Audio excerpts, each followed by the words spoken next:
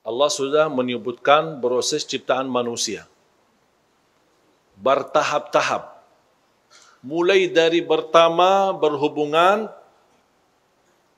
sampai dalam titis air mani itu, sampai terbentuk, sampai bunyi ditiup ruh, sampai diciptakan, sampai menjadi bentuk baru atau bentuk yang berbeda, intinya menjadi manusia. Sesudah itu Allah Subhanahu wa taala berkata sesungguhnya akan mati. Sesudah mati akan bangkit. Dan di situ kata ada dalam bahasa ayat Quran itu thumma. Kalau kita perhatikan ayatnya, coba dari habis ayat 13, 14, ini semua mulai dari awal ya, 13 kan awalnya thumma kan? Diperhatikan. Kalau dalam bahasa Arab, kata thumma itu ada istilah cepat dan juga lambat. Tapi subhanallah, cepatnya ini tidak bisa dikirakan. Karena bagi Allah Subhanahu wa taala tidak butuh masa dan tidak butuh waktu, karena Allah Maha Pencipta menciptakan waktu. Allah bisa membentuk manusia tidak perlu proses sebagaimana ayat ini. Dia tidak harus begini sampai terbentuk manusia. Allah bisa kun fayakun jadi manusia.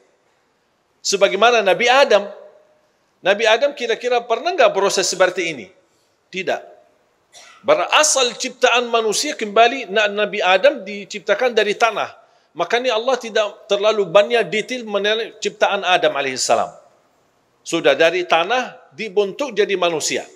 Tapi beda sama anaknya dan keturunannya. Semuanya memang harus proses. Kira-kira bagi Allah, kalau bagi Allah Subhanahu wa taala menciptakan Adam jauh lebih mudah menciptakan keturunan Adam.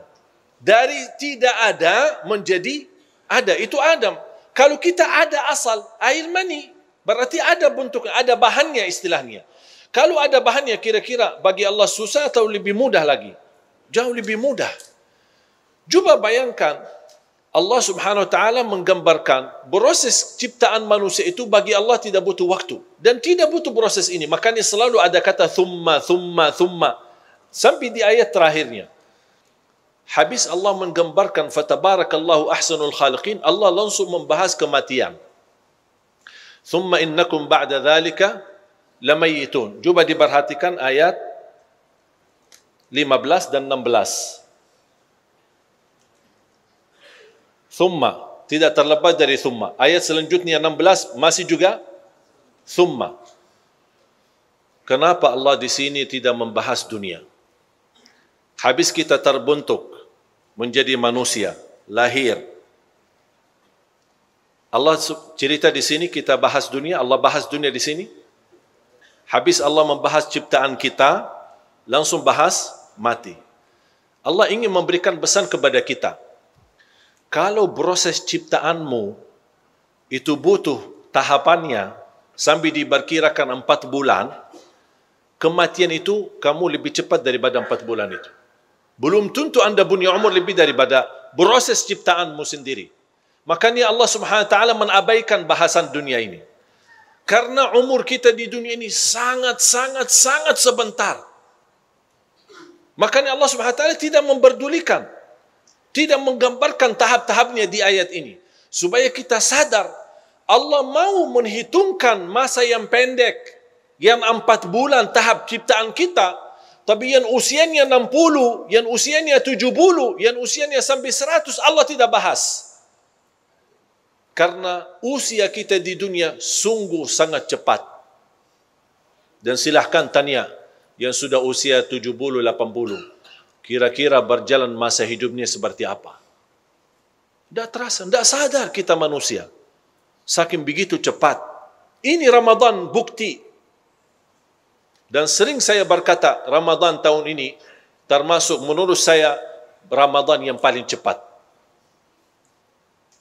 Setuju enggak? Tidak terasa. Sampai banyak cita-cita, banyak keinginan kita, banyak orang di antara kita punya hajat. Ada yang barangkali sebelum masuk Ramadan, ada yang niatnya mau i'tikaf. ada yang niatnya mau khatam Al-Quran, ada yang niatnya mau buat kebaikan. Belum sempat. Belum sempat. Sudah berlalu, sudah habis. Saya gambarkan bagaimana Imam Syafi'i mampu mengkhatam 60 kali di bulan Ramadan. Saya sudah sendiri mencoba menghitungkan waktu. Satu kali khatam membutuhkan 10 jam. Berarti Imam Syafi'i 2 kali khatam 20 jam. Berapa yang tersisa? 4 jam. Ngapain Imam Syafi'i 4 jam?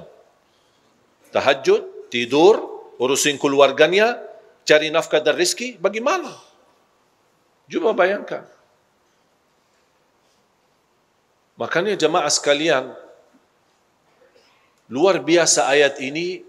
Begitu saya baca, kadang-kadang mohon maaf kita yang hafal Quran, belum tentu kita mampu menghayati semua isi Al-Quran. Jangan anda berfikir semua orang penghafal Al-Quran seolah-olah sudah 100% memahami isinya. Belum tentu.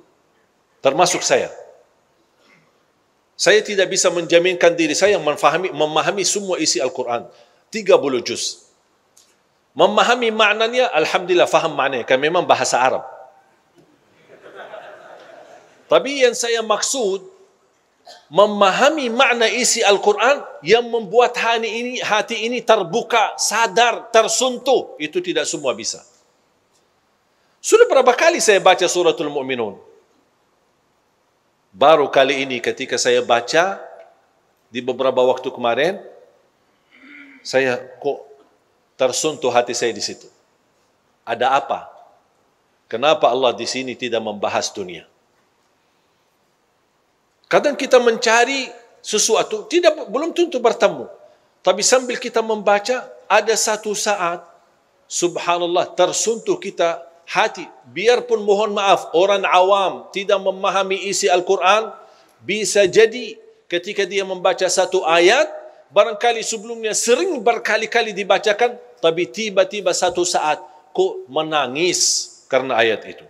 Tiba-tiba satu saat, tersentuh hatinya di saat itu. Padahal sebelumnya sudah berkali-kali dibaca. Siapa yang tidak hafaz surah Yasin? Tapi siapa yang menangis ketika baca Yasin? Tidak semua bisa menangis. Walaupun banyak yang hafaz surah Yasin. Sering kali kita bacakan malam Jumat, atau ketika ada acara, ada yang keluarga meninggal dunia, berkali-kali kita baca. Bahkan ada saking sering diulang, sudah hafal. Tapi pernah enggak kita baca Yasin tapi nangis?